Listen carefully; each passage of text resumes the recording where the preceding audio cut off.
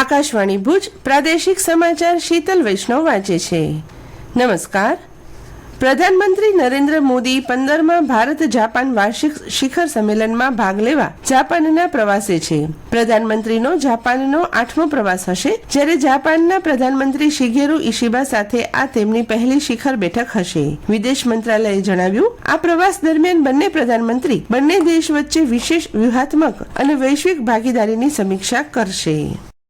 કેન્દ્રીય ઇલેક્ટ્રોનિક્સ અને આઈટી મંત્રી અશ્વિની વૈષ્ણવ અને મુખ્યમંત્રી ભૂપેન્દ્ર પટેલે ગઈકાલે અમદાવાદ નજીક સાણંદમાં સીજી પાવરના પ્રથમ સેમિકન્ડક્ટર આઉટસોર્સ્ડ એસેમ્બલી અને ટેસ્ટિંગ ફેસિલિટીના પાયલોટ પ્લાન્ટનો શુભારંભ કર્યો. આ પ્રસંગે સંબોધન કરતા શ્રી વૈષ્ણવે આ પાયલોટ પ્રોજેક્ટને ભારતના સેમિકન્ડક્ટર ઉદ્યોગ માટે સીમાચિહ્ન રૂપ ગણાવ્યો હતો. તેમણે કહ્યું કે વર્ષ 2032 સુધીમાં સેમિકન્ડક્ટર ક્ષેત્રે વૈશ્વિક સ્તરે ઉભી થનારી માનવ સંસાધનની જરૂરિયાતને ધ્યાનમાં લઈ ભારત સરકારે કુશળ માનવ સંસાધનના નિર્માણ માટે 270 યુનિવર્સિટીને ચીપ નિર્માણ માટેના અત્યાધુનિક સાધન પૂરા પાડ્યા છે. આ પ્રસંગે સંબોધન કરતા મુખ્યમંત્રી ભૂપેન્દ્ર પટેલે કહ્યું કે સેમિકન્ડક્ટર ક્ષેત્રે ભારતની પ્રગતિ આવનારા વર્ષોમાં આત્મનિર્ભર ભારતના નિર્માણમાં ગતિ આપશે. સેમિકન્ડક્ટર નીતિ ઘડનાર ગુજરાત દેશનું પહેલું રાજ્ય હોવાનું જણાવતા તેમણે કહ્યું કે દેશમાં સૌથી વધુ 4 સેમિકન્ડક્ટર પ્લાન્ટ ગુજરાતમાં સ્થાપિત થઈ રહ્યા છે.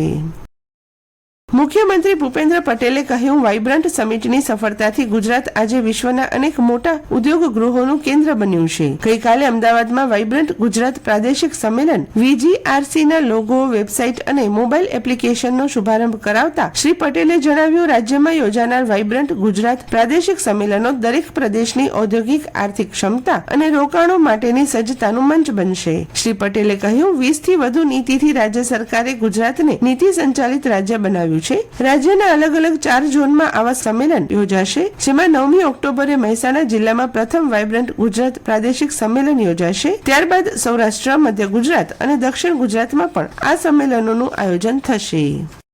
પ્રધાનમંત્રી નરેન્દ્ર મોદી 31 ઓગસ્ટે આકાશવાણી પર મન કી બાત કાર્યક્રમમાં દેશ અને વિદેશના લોકો સમક્ષ પોતાના વિચારો રજૂ કરશે. આ માસિક રેડિયો કાર્યક્રમની 125મી કડી હશે. લોકો ટોલ ફ્રી નંબર 1800117800 દ્વારા કાર્યક્રમ માટે પોતાના વિચારો અને સૂચનો મોકલી શકે છે. તેઓ નરેન્દ્ર મોદી એપ અથવા માય જીઓવી પોર્ટલ દ્વારા ઓનલાઈન પણ સૂચનો મોકલી શકે છે. આગામી કડી માટે સૂચનો સ્વીકારવાની આજે છેલ્લી તારીખ છે. આજે રાષ્ટ્રીય રમતગમત દિવસ નિમિત્તે જિલ્લાની તમામ શાળાઓ, કોલેજો, યુનિવર્સિટીઓ અને વિવિધ સંસ્થાઓમાં ફિટ ઇન્ડિયાના શપથ સાથે મેજર ધ્યાનચંદને શ્રદ્ધાંજલિ આપવામાં આવશે. આ વર્ષે 1 ઘંટા ખેલ કે મેદાન મેં થીમ પર રમતગમત, યુવા અને સાંસ્કૃતિક વિભાગ દ્વારા સમગ્ર રાજ્ય સહિત કચ્છમાં આજથી 31 ઓગસ્ટ દરમિયાન 3 દિવસ સુધી ગ્રામ્ય કક્ષાએથી લઈને જિલ્લા કક્ષા સુધીના રમતગમતના વિવિધ કાર્યક્રમોનું આયોજન કરવામાં આવ્યું છે. 30મી ઓગસ્ટે પોલીસ હેડક્વાર્ટર ભુજ ખાતે વિવિધ સ્પર્ધાનું આયોજન કરાશે, જેમાં પોલીસ વિભાગની ટીમો સાથે અન્ય સરકારી વિભાગો અને શાળાઓની ટીમો ભાગ લેશે. જ્યારે ત્રીજા દિવસ એટલે કે 31મી ઓગસ્ટે ગાંધીધામ ખાતે મહાનગરપાલિકા દ્વારા નાગરિકોને સહભાગી બનાવી સાયકલ ઓન સન્ડેનું આયોજન કરવામાં આવશે. આ ઉપરાંત કચ્છની તમામ નગરપાલિકાઓમાં વોર્ડ વાઇઝ રમતોનું આયોજન કરાશે. નખત્રાણા તાલુકા મથકની ભાગોળે આવેલ બાબા રામદેવ પીરના મંદિરે સ્થાનકના વિશાળ મેદાનમાં પ્રતિ વર્ષે ભાદરવા સુદ 11 દરમિયાન ભરાતો લોકમેળો આ વર્ષે આગામી તારીખ 2 સપ્ટેમ્બરથી 4 સપ્ટેમ્બર મંગળવારથી ગુરુવાર સુધી 3 દિવસીય મેળો યોજાશે. તારીખ 3ના બુધવારે રાત્રે સંતવાણી તથા 4 સપ્ટેમ્બરના ગુરુવારે સાંજે મલમલાખડો યોજાશે. સારા ચોમાસાને લઈ સહેલાણીઓ મેળામાં મોટી સંખ્યામાં ઉમટશે એવો વિશ્વાસ આયોજકોએ વ્યક્ત કર્યો હતો.